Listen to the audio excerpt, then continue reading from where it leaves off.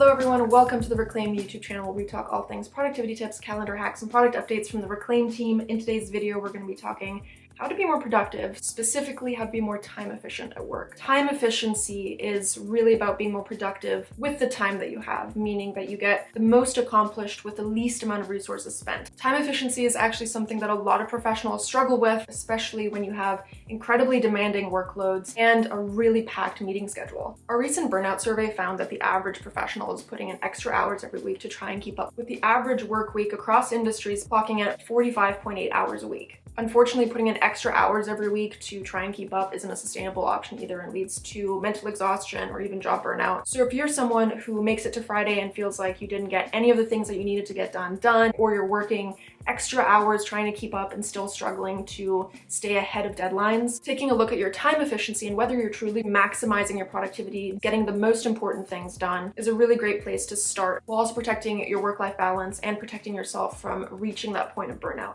One of the important things to distinguish between being time efficient at work and being effective at work is that being effective, that is accomplishing your goals, completing your to-dos, hitting deadlines effectively, doesn't really take into consideration the energy that it took to get there. How much time did you put in? Are you overexerting yourself or stretching yourself too thin to meet those goals? Being time efficient means reaching the most of those goals without overextending your resources like time and energy. And that also means taking a reality check of what you can realistically accomplish in a day. Being time efficient really is about aligning yourself with your priorities, getting the most important things done, really focus on where your time is best spent during the week.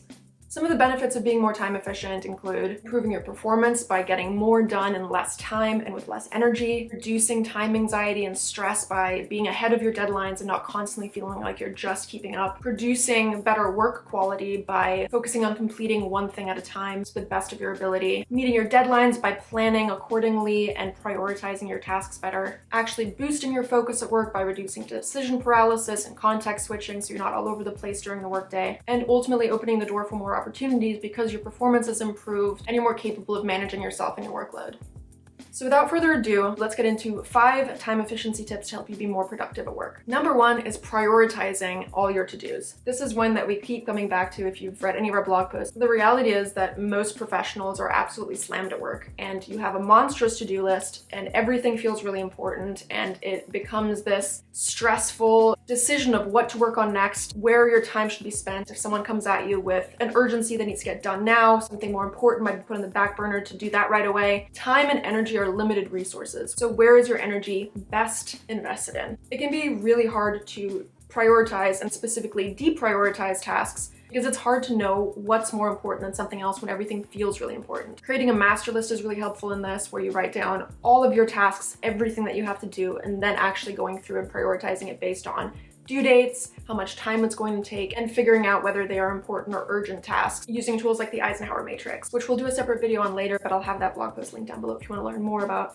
effectively prioritizing your tasks. And even speaking to your superior about priorities for the week can be a really helpful way to direct your focus to the things that matter most, as opposed to trying to spread yourself thin across low to no value tasks. Tip number 2 is planning your day in advance. Using a daily planner is super helpful in creating an action plan for where your time is going to go. A common thing that most professionals, myself included, have fallen into the trap of is writing a to-do list for the day that is totally unrealistic based on the amount of time that you actually have to work on tasks. Taking a look at your day, what meetings you have, what commitments are already in your calendar, and seeing what available time you have, you can decide which tasks in your to-do list are most important to be completed today and which can be deprioritized to tomorrow. By planning that in advance, you know exactly where your time is going to be dedicated so that you can go into it with direction and confidence, knowing that your priorities are going to be taken care of. And that brings us directly into tip number 3, which is actually scheduling time for your tasks. There's a big difference between seeing your to-do list on a piece of paper and a list, even if it's prioritized, and actually finding time in your busy day to get it done. Time blocking is an incredibly effective way to promote single tasking and give your resources for the day direction by knowing exactly what you're going to work on when and how long it's going to take you. If you're someone who has a lot of work meetings on your calendar, scheduling time for task work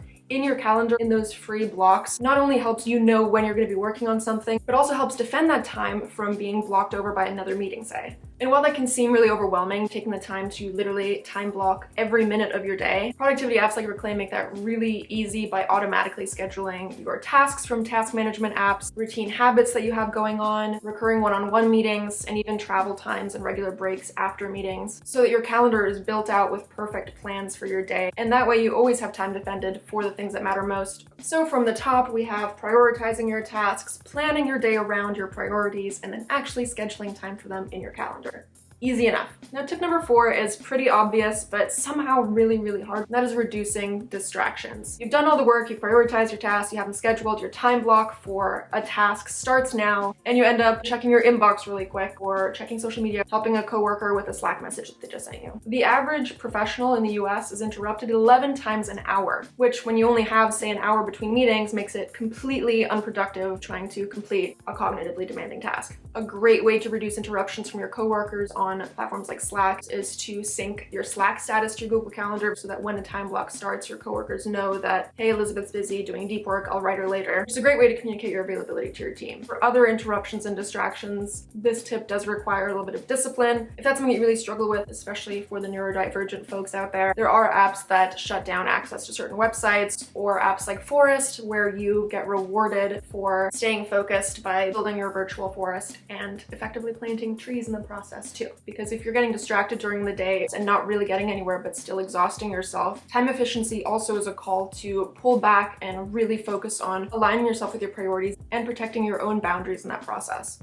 And then the last tip, number 5, is auditing your time and your productivity. Once you're taking the time to time block your calendar with meetings and task work and habits that you're completing every day, looking back at your week or month regularly and auditing where your time was spent is a really great way to more effectively plan your capacity for future weeks. Only 17% of people actually track their time to do these kinds of audits, which is why Reclaim made a really easy weekly report that arrives in your inbox at the end of the week, showing you exactly where your time was spent across meetings and solo work and personal habits, which can be really eye-opening when the week flies by because you're super busy and you get to Friday and it's like, whoa, what did I even do this week? Having a report like that or auditing your time manually allows you to identify blockers in your week where you're not being very time efficient and create better plans for the future. And it's important to note that time efficiency is a constant learning process, which is why something like auditing your time is part of that reflection and growth. And if you identify that despite your efforts to be really time efficient, you still don't have enough time because you're spending too much time in meetings or your task load is too much, that's something that you can then address with your superiors or your manager.